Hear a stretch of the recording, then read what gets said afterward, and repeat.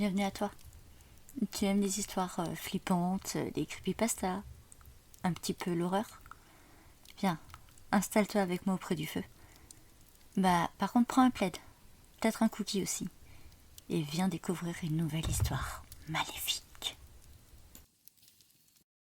Vous connaissez tous le film de Peter Pan? Celui où l'on voit un petit garçon voler à la recherche de son ombre. Il cogne des meubles, roule sur le sol, frappe les murs jusqu'à la rattraper et la coudre à ses pieds. Eh bien, pour moi, c'est tout l'inverse. Je crains mon ombre. Je la fixe. Je ne la quitte pas des yeux où que je sois. C'est devenu un handicap dans ma vie quotidienne. Mais si jamais je cligne des yeux trop longtemps, si je tourne la tête un instant, elle s'échappe. Il n'y a que dans le noir que je ne crains rien. Ni moi, ni mes proches. J'ai bien conscience que cela paraît fou. Moi la première, si une personne m'avouait avoir peur de son ombre, je resterais perplexe. Peut-être même que je me moquerais, mais plus maintenant. J'ai vu ce dont elle était capable, et j'en ai encore la chair de poule. C'est arrivé progressivement sans que je puisse détecter cette anomalie. Je m'étais bien aperçu qu'au soleil, parfois elle s'étirait un peu trop sur le sol. J'avais de temps en temps vu mon ombre faire les mêmes gestes que moi, mais avec quelques secondes de décalage. J'avais mis ça sur le compte de la fatigue, pensant en toute honnêteté que mon cerveau épuisé traduisait mes gestes plus lentement que ce que je faisais. Puis un matin, alors que je prenais ma garde à l'hôpital, j'ai découvert qu'elle n'était plus là.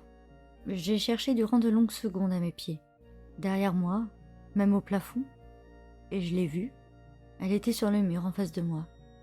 Elle semblait ramper contre le mur blanc. Lorsque je l'ai fixée, elle s'est arrêtée net. Je n'en ai pas parlé à mes collègues, mais je le voyais bien pourtant. Elles avaient toutes leurs ombres aux pieds, tandis que la mienne tentait de s'enfuir vers la porte du bureau. Depuis, je la garde à l'œil. J'ignore ce qu'elle veut faire réellement, mais j'ai peur de la perdre. Tout a basculé un mercredi. Ce jour-là, mon frère qui est veuf m'a demandé de récupérer son fils à l'école. J'ai accepté de bon cœur. Mon neveu de 10 ans était l'un des rares enfants que j'aimais. Oui, je suis infirmière en pédiatrie, mais j'ai toujours en horreur ces petits êtres hurlants et sales. Ce mercredi-là, donc, je récupérais Bastien et le ramenais à la maison, tout en gardant du coin de l'œil mon ombre qui se reflétait sur mon tableau de bord. Une fois à la maison, je préparais un repas rapide lorsque je vis Bastien arriver vers moi, terrorisé. « Ton ombre ?» Il pointait du doigt le mur derrière moi. Je me retournai et mon ombre se figea. Elle avait une main en l'air, comme si elle lançait un coucou en direction de mon neveu. C'est ce jour-là que j'ai compris que je n'étais pas folle. Bastien aussi l'avait vu bouger. Je m'empressai alors de déposer mon neveu chez ma voisine.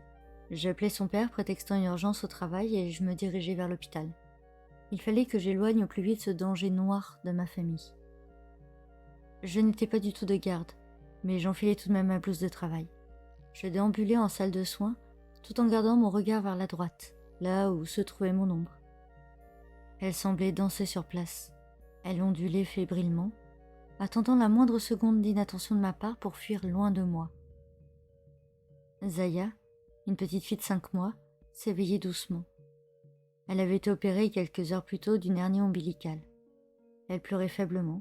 Elle semblait s'agiter avec le peu de force qui lui restait. Je m'approchai, vérifiai ses constantes, ses perfusions, puis très lentement je lui caressai la main pour la tranquilliser.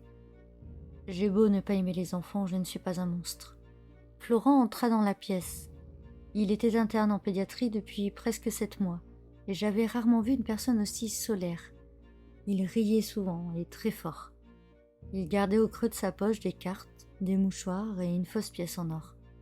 Ces tours de passe-passe nous ont sauvés plus d'une fois lors de soins face à un enfant récalcitrant ou apeuré.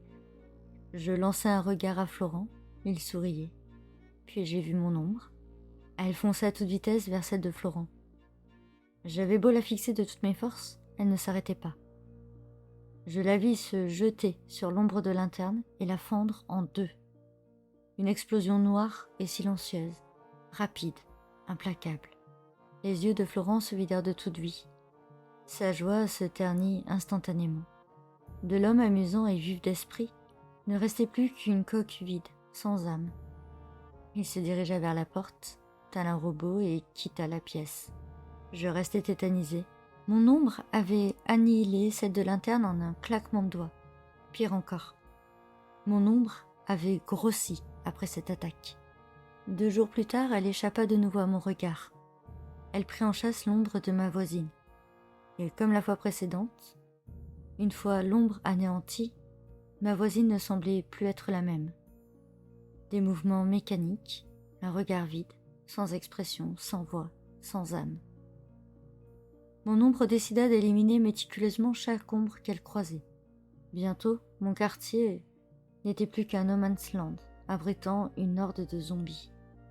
Bien que non violents, la plupart des habitants ne faisaient plus que marcher sans but. C'est ainsi que j'ai dû me cloîtrer ici, dans le noir. C'est pour le moment le seul moyen que j'ai trouvé pour la garder à mes côtés. À présent, elle fait près de 10 fois sa taille de départ. Une semaine déjà de passé et je vois qu'elle s'agace. Elle rampe contre les murs. Elle tente de me faire mal en frappant de mes talons. Elle veut que j'allume la lumière pour la laisser partir. Mais je ne peux pas. J'ai peur de mon ombre. Et je ne connais pas ses intentions. Si je la libère, que va-t-elle faire de plus? Qui va-t-elle détruire par la suite? Je reste dans l'obscurité pour la maintenir ici. Mais combien de temps vais-je pouvoir tenir comme ça?